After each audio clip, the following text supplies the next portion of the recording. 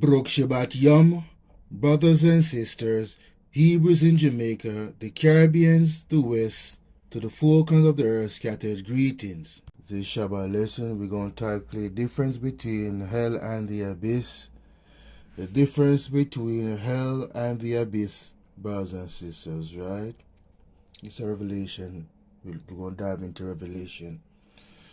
Right, brothers and sisters, so in Revelation we read about Hades, the abyss, hell, paradise, heaven, and the new heaven and earth. Understanding where each of these places are located, what their purpose are, and who is in them is an important part of understanding Revelations, you see.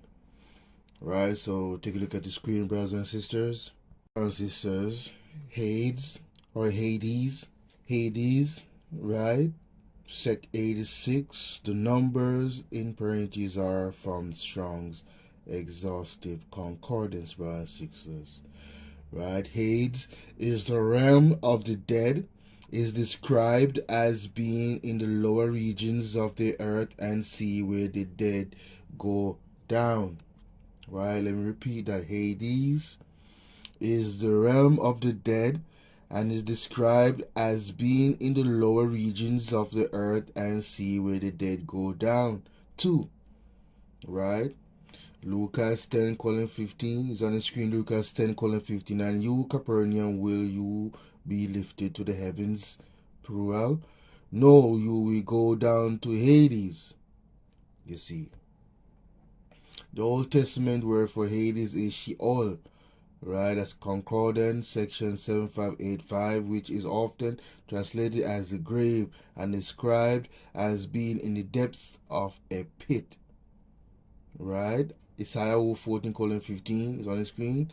But you are brought down to the realm of the dead, Sheol, to the depths of the pit, brothers and sisters. You see. In the story of the rich man and the beggar, we learn that prior to the resurrection of Yahushua Mashiach, the unrighteous dead in Hades were separated from the righteous dead by a chasm that could not be crossed. Right, brothers and sisters, so we read in the story with the rich man and Lazarus the beggar. Lazarus was a beggar, right? We learn that prior to the resurrection of Yahushua Mashiach, the unrighteous dead in Hades were separated from the righteous dead by a chasm that could not be crossed. Let's examine that, brothers and sisters. Let's look into that. Turn the scriptures on the screen. Turn the scriptures to Lucas. That's Lucas 16. We're going to start from 19 and end at 26, brothers and sisters. That's Lucas 16, 19 to 26. There was a rich man who was dressed in purple and fine linen and lived in luxury every day. At his gate was laid a beggar named Lazarus, covered with sores and longing to eat what fell from the rich man's table. Even the dogs came and licked his sores. The time came when the beggar died and the angels carried him away to Abraham's side. So, you see, brothers and sisters, in this particular passage, you could learn a lot in this passage to show you how feeble life is, brothers and sisters. 1 minute you're here, and the next minute you're gone. 1 second you could hear be talking to somebody, and in that very second, that person could drop down dead before you. A lot of people, a lot of our people, you understand, so-called black people, that we are scattered, we tend to put more emphasis on this flesh, this feeble flesh that is dying daily, that's decaying daily. No matter what you try to put in your body to preserve your body or whatever, it is dying. Because once you're born into this life, the flesh begins to die. You understand? People spend all their life and their money on this feeble body that's decaying and neglect the very thing that will make you live, which is your soul. Because the scripture said, fear the one that could kill both body and soul, not the one that only can kill the body. Because once they kill the body, your soul leaves the body. Your soul leaves your body, your spirit leaves your body, and it is placed in a place where everyone is going to be judged. You see, brothers and sisters. So do not waste your time beautifying your body. Your body is nothing. All you female that obsessed with your beauty is faded. You understand? You're not gonna have your beauty forever. Eventually, every single living being gonna get old. And then what? You know what I mean? Meanwhile, your soul is inside rotting because of all the wickedness and evil you have done in your life. There's no light in your soul, it's darkness. You understand? And then, like I said, with the rich man and Lazarus represent the poor people. The rich man in the scriptures in Lucas represent the rich people of this earth. But guess what? Death has no discrimination. Death comes for us all, whether you're rich or whether you're poor. And all of us have the same destination, in the ground. All of us. So my advice to you is be wise. You know what I mean? Seek ye first the kingdom of Elohim and all his righteousness. And all these things shall be added unto you, brothers and sisters. Because this physical life you see is not it. I show you the Most High is revealing the spiritual, natural, the spiritual world before your eyes. You know what I mean? I did 2 videos about the Nephilim spotted in Miami. You understand? Watch these videos, but the Most High is revealing these things in the spiritual realm for you to see. And even then when you see it, you will not believe. How sad that is. That's a spirit, that's a strong delusional spirit that the Most High spoke about in his scriptures. You see. So there was a rich man who was dressed in purple and fine linen and lived in luxury every day. At his gate was a beggar named Lazarus, covered with sores and longing to eat what fell from the rich man's table. Even the dogs came and licked his sores. The time came when the beggar died, and the angels carried him to Abraham's side. The rich man also died and was buried in Hades, where he was in torment. He looked up and saw Abraham far away with Lazarus by his side. So he called to him, Father Abraham, have pity on me, and send Lazarus to dip the tip of his finger in water and cool my tongue, because I am in agony in this fire. So you see, he's describing his situation in Hades. He's in torment. He's tormented. He's tormented, brothers and sisters. That's his description. He's describing what he's going through in hell. You understand? He's tormented, brothers and sisters. You see what he said? He said the rich man also died and was buried in Hades, where he was in torment.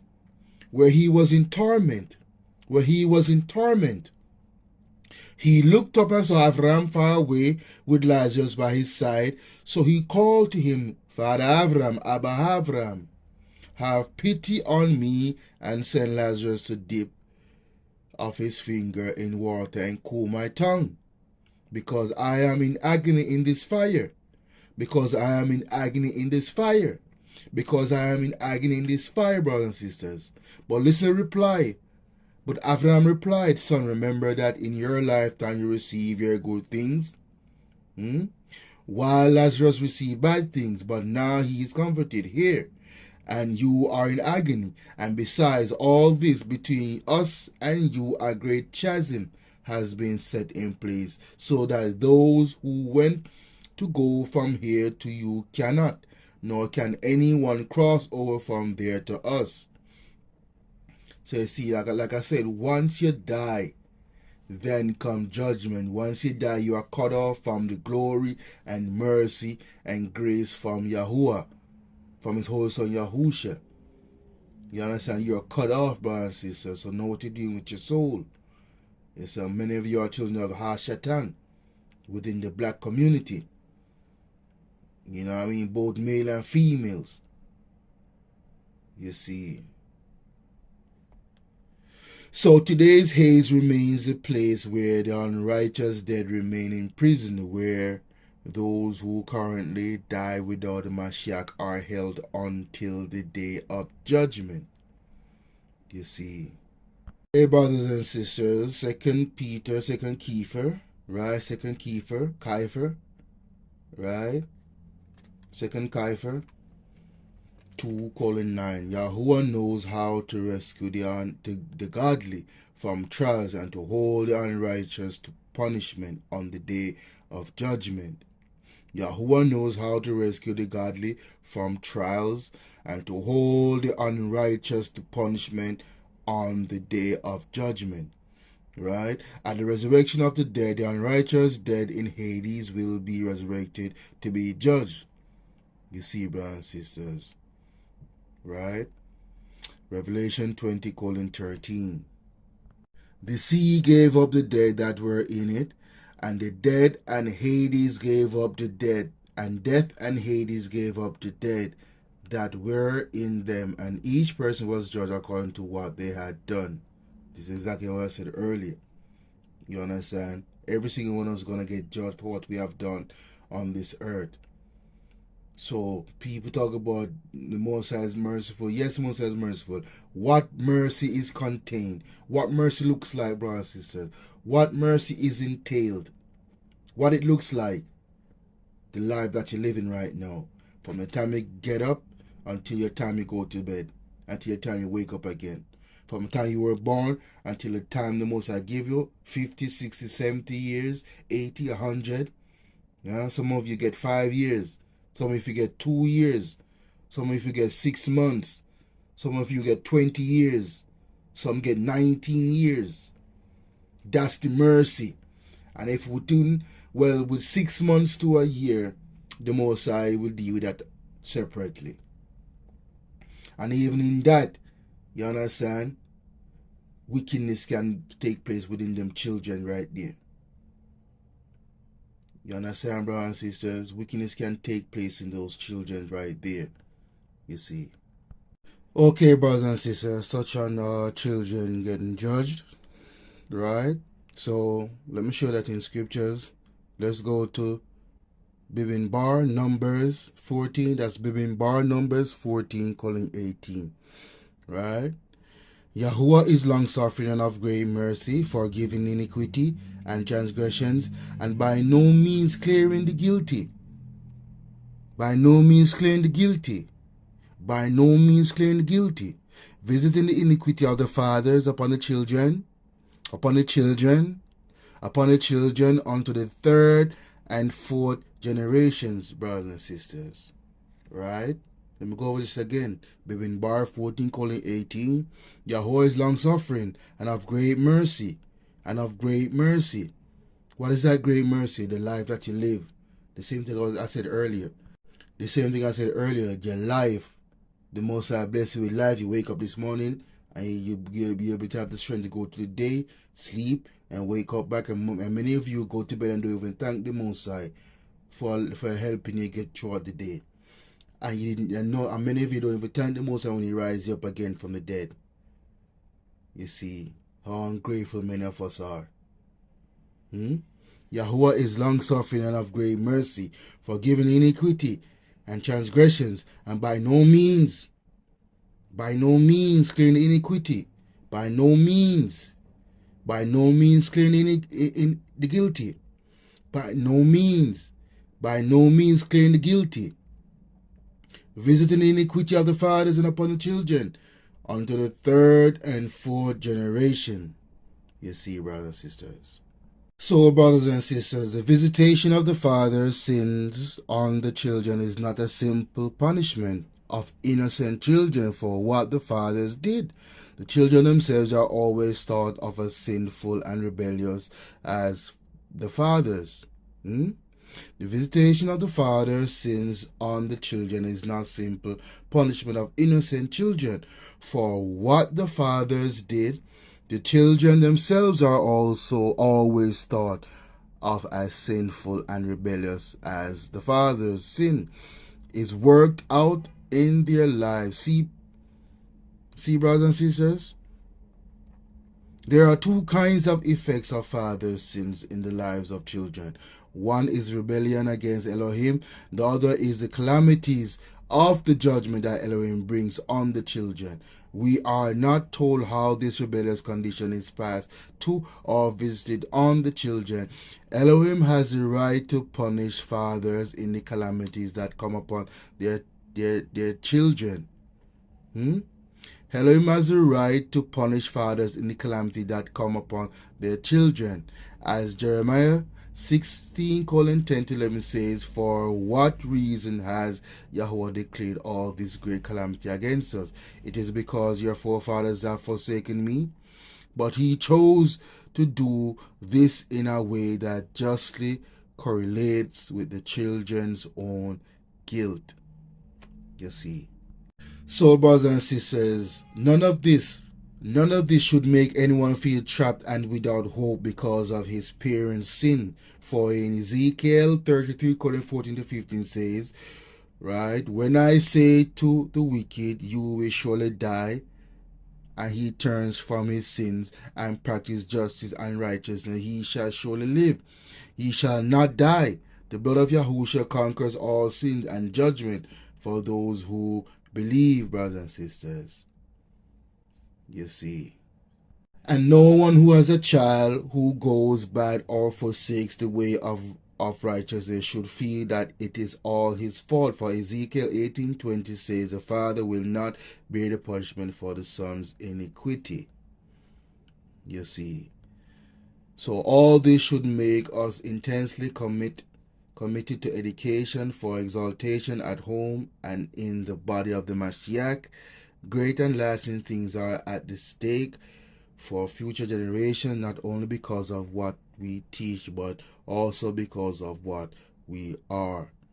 Tremble with joy and forgiveness of Yahushua, brothers and sisters, and live, you see. Okay, brothers and sisters, so back to the abyss, right? Abyss.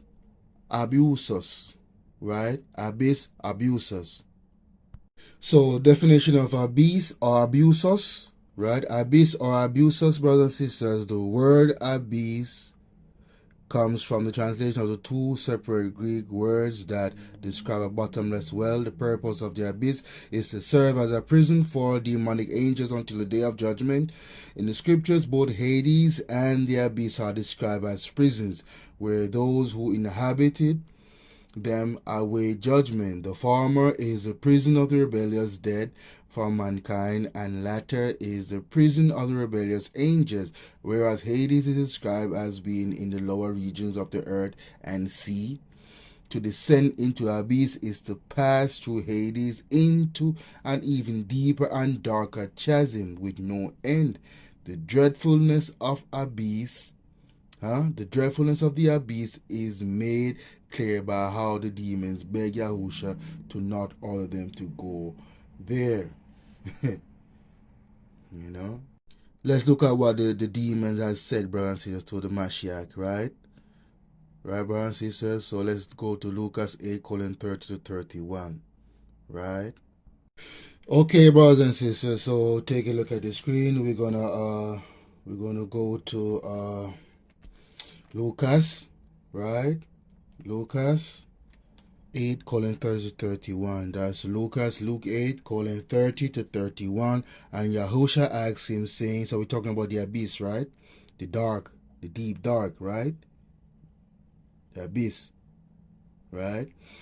And Yahusha asked him, saying, What is thy name?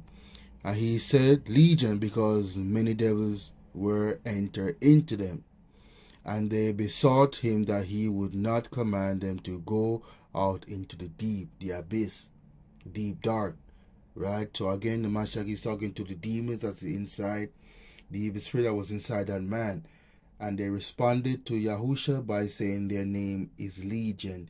Legion means many. You see? Many devils, brothers and sisters. Right? Let's go to another one. Okay, brothers and sisters, take a look at the screen. We're going to go to Jude 1. We're going to start from 4 to 6. Just Jude 1, we're going to start from 4 to 6. For there are certain men crept in unawares who were before of old ordained to this condemnation, ungodly men, turning the grace of our Elohayu into lasciviousness, and denying the only Yahuwah Elohayu and our Adonai Yahushua mashiach.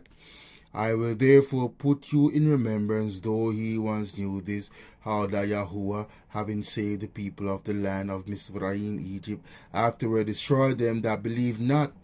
And the angels which kept not their first estate, but left their own habitation, he had reserved in everlasting chains under darkness, unto the judgment of the great day. Again, unto darkness, deep abyss, brothers and sisters, right? Terrifying place, terrifying place, brothers and sisters.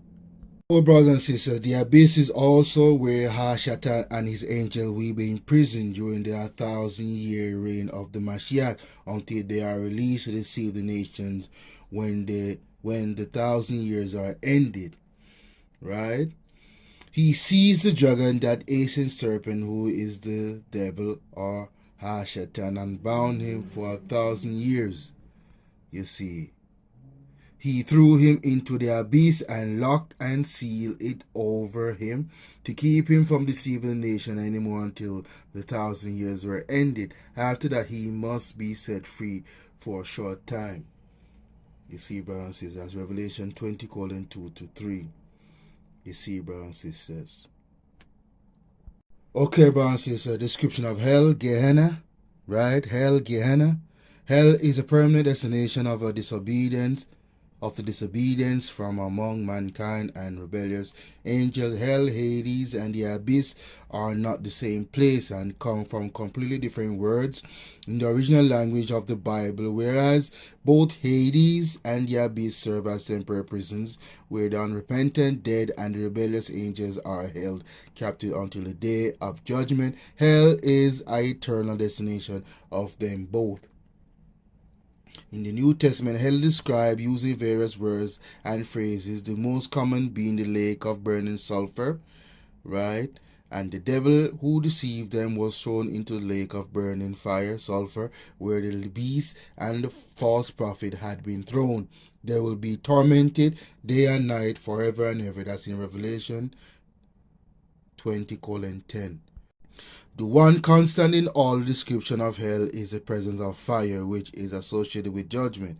And if your eye causes you to stumble, gouge it out and throw it away. It is better for you to enter life with one eye than to have two eyes and be thrown into the fire of hell.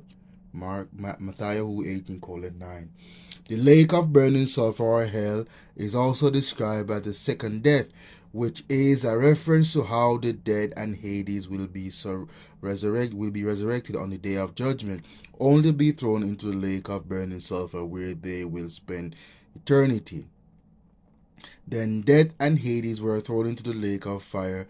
The lake of fire is the second death, Revelation 20:14. But the cowardly and the unbelieving, the vile, the murderers, the sexually immoral, those who practice magic arts, idolatry, and all liars, they will be consigned to the fiery lake of burning sulfur. This is the second death, Revelation 21:8. In the second death, both the body and the soul will be destroyed, leaving only the spirit of the person to be consigned to the lake of burning sulfur. You see, do not be afraid of those who kill the body but cannot kill the soul. Rather, be afraid of the one who can destroy both soul and body in hell. Matthew 10:28. Paradise.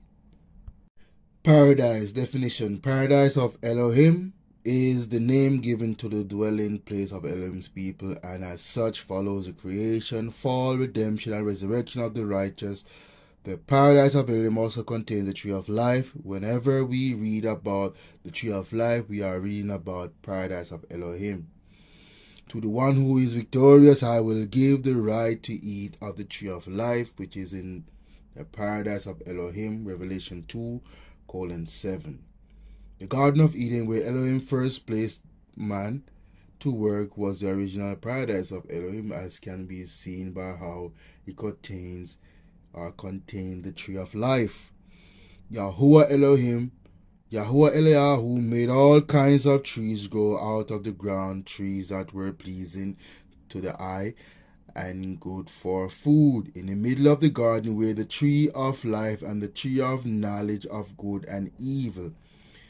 Alright? Bereshit 2:9. Genesis Bereshit 2:9. When sin and death entered the world, the righteous dead descended to the lower region, Hades. When sin and death entered the world, the righteous dead descended to the lower regions, Hades. When they died, and the paradise of Elohim descended with them. In Hades, the paradise of Elohim is described as being by Abraham's side, where those who did good were separated from the unrighteous, dead by a chasm that could not be crossed. Following his crucifixion, the Adonai also descended into paradise with the thief on the cross. Yahusha answered him, the thief on the cross, truly I say to you, today you will be with me in paradise. Lucas 23:43. Yahuwah's descent into paradise, the Adonai descent into paradise, was described by the Apostle Paulus, who stated that the Adonai descended into a lower earthly region, wherefore ascending to heaven with those who had been held captive by death. This is why it says, when the mashiach ascended on high, he took many captives and gave gifts to his people. What does he ascended means, brothers and sisters? What does he ascended means? Brothers and sisters, what does he ascended means? Except that he also descended to the lower earthly region. He who descended in this very one who ascended higher. He who descended is the very one who ascended higher. He who descended is the very one who ascended higher than all the heavens. See that plural? In order to fill the whole universe. Ephesians 4:8-10. You see, heaven and earth cannot contain the Most High. You understand? His spirit is everywhere. At once. Omnipresent. At once. Omniscient as once. When the Adonai descended down to paradise, he preached the gospel, the Bezorah, right, to the righteous dead, and then ascended with them to heaven in order that they might live in the spirit according to Elohim's will. For this is the reason the gospel was preached even to those who were now dead, so that they might be judged according to human standards in regard to the body, but live according to Elohim in regard to the spirit. That's 1 Peter 4:6. So the Most High, so the gospel was preached to the dead. So who else could have done that? Only Yahusha. Yahusha Mashiach, brothers and sisters. He the one that descended and ascended. Right? I know a man in Mashiach who 14 years ago was caught up in the third heaven. In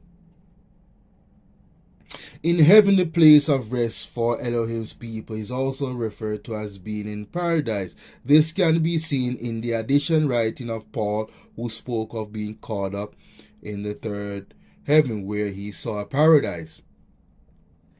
Right, 2 Chronicles 2:4. I know a man in Mashiach who 14 years ago was caught up in the third heaven. So you know there's more than one heaven, because he said the third heaven. And I know that this man was caught up to paradise and heard expressible things, things that no man is permitted to tell. From Paul, we learn that the paradise of Elohim, which was originally in the Garden of Eden on earth, and that was described as being by Abraham's side under the earth, is now located in heaven. In heaven, the paradise of Elohim is described as being in the Father's house where there are many mansions. I'm going to repeat that. You see, from Paul, we learn that the paradise of Elohim, which was originally in the Garden of Eden on earth, and that was described as being by Abraham's side under the earth, is now located in heaven. In heaven, the paradise of Elohayu is described as being in the Father's house where there are many mansions. Right?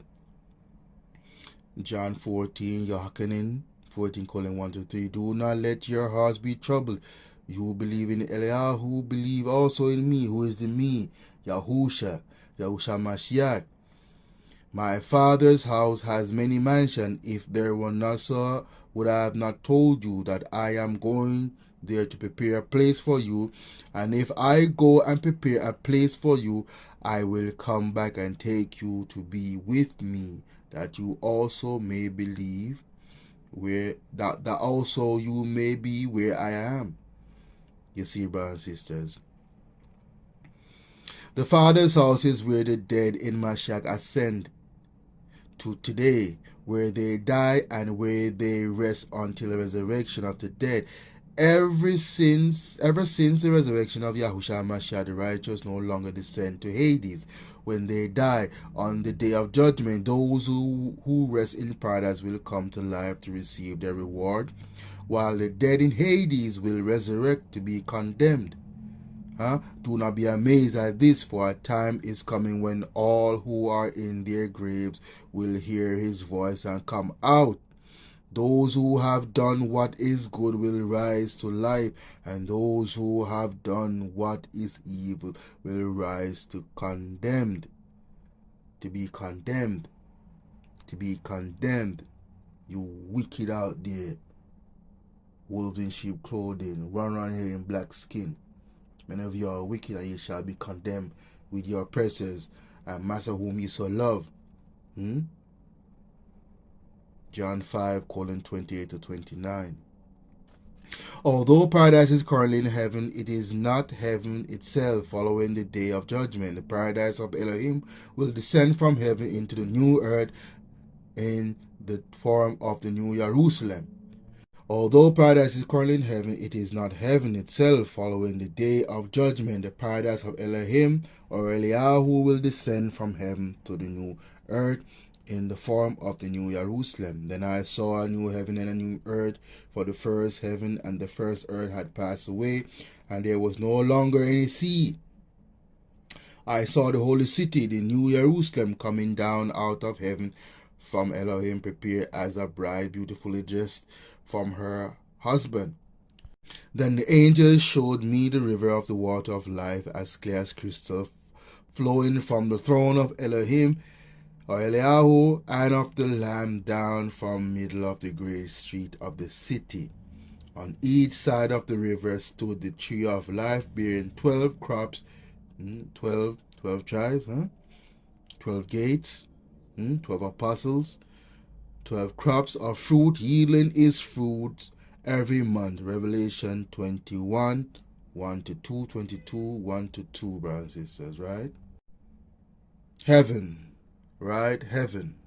The definition. Heaven is the holy dwelling place of Elohim. Looking down from heaven, your holy dwelling place, and bless your people Israel, and the land you have given us as you promised on oath to our ancestors, a land flowing with milk and honey. Deuteronomy 26:15. In the Bible, the sky above the earth is also called the heavens, and in translation from the same original Greek word Oranos, that is used to describe the heaven of Elohim's throne, even though the same Greek word is used to describe both the holy dwelling place of Elohim and the atmosphere above the earth. They are separate and distinct locations. Paulus made a distinction between the heavens of the sky and the heaven of Elohim's throne when he described being called up to the third heaven.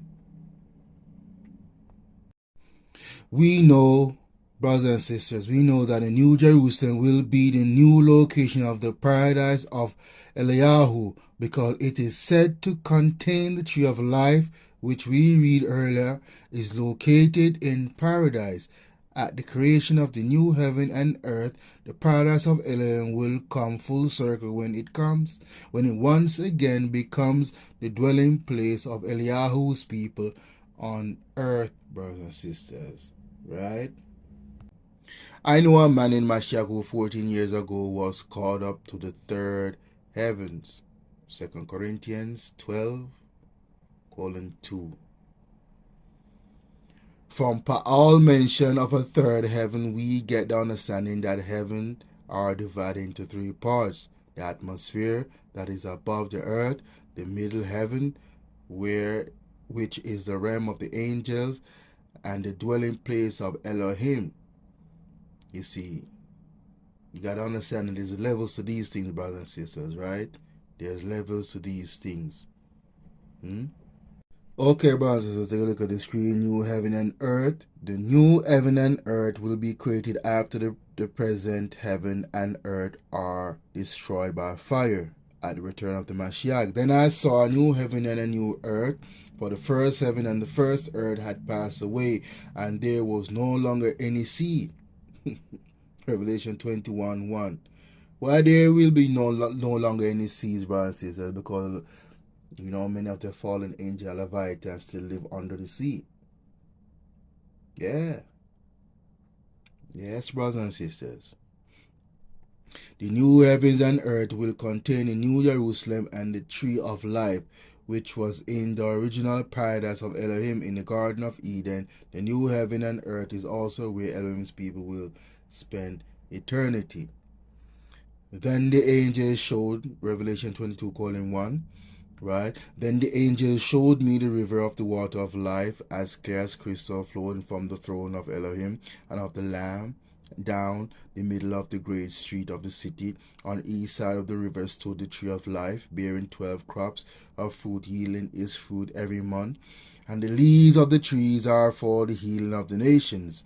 No longer will there be any curse. The throne of Eliyahu and of the Lamb will be in the city, and his servants will serve him. They will see his face, and his name will be on their foreheads. There will be no more night. They will not need the light of a lamp or the light of the sun, for Yahweh will give them light, and they will reign forever and ever.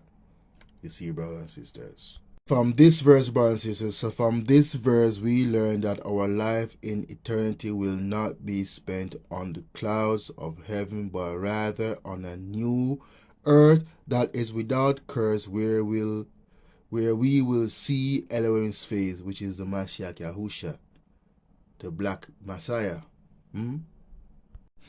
So, brothers and sisters, I'm going to end the Shabbat lesson here, and I hope you get a full understanding of hell and the abyss and Hades, brothers and sisters. You got to understand, man. The life that we live in is a temporary life, brothers and sisters. It's a very temporary thing. And, just like any gift, we should cherish it.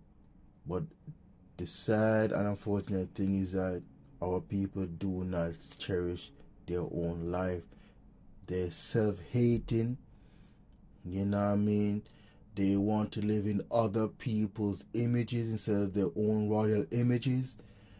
They serve other gods instead of serving their own Elohim. Right? They celebrate the world's pagan feast. They celebrate instead of celebrating Eliyahu's feast days. They keep the commandments of the world instead of and forsake the commandments of Yahusha. and his father Yahuwah, you saw me, to forsake any and all the righteousness that can literally save their soul and deliver their spirit from hell. You know, the scripture says better to obey than to sacrifice, but time and time again, people choose to sacrifice. They think hell is a walk in the park. They go on a vacation. You see how foolish people is? You know what I mean? You see some more spiritual thing manifesting before our eyes in the natural. And people will still convince themselves that these things are not real. Figmentation of the imagination. All made up. Brothers and sisters? How sad that is. And even though, you know what I mean, they see the fulfillment of prophecy and scriptures daily, you know, mankind try to come up with their own plans, try to stop prophecy, but you can't stop prophecy. Like with Gaza, it's prophesied to be destroyed, Damascus is prophesied to be destroyed, and no one can do about it. Nothing. You know what I mean? The land of Israel is being trodden down by the Gentiles for a time. Their time is soon to be up. All of them, they, like I keep saying, both of these people are European descendant, both Palestine and those thieves located in all East Africa. They are descendants of Europe. They are not native to that land. Nobody's talking about the black Arabs over there. Nobody's mentioning the black Arab. Every time they talk about the war in Palestine, you know what I mean, they always show the pale-faced people. Where are the Arabs? Where are the Hebrew Palestinians at? The true Palestinians, where they at? Nobody's talking about that. Right? Nobody's talking about that.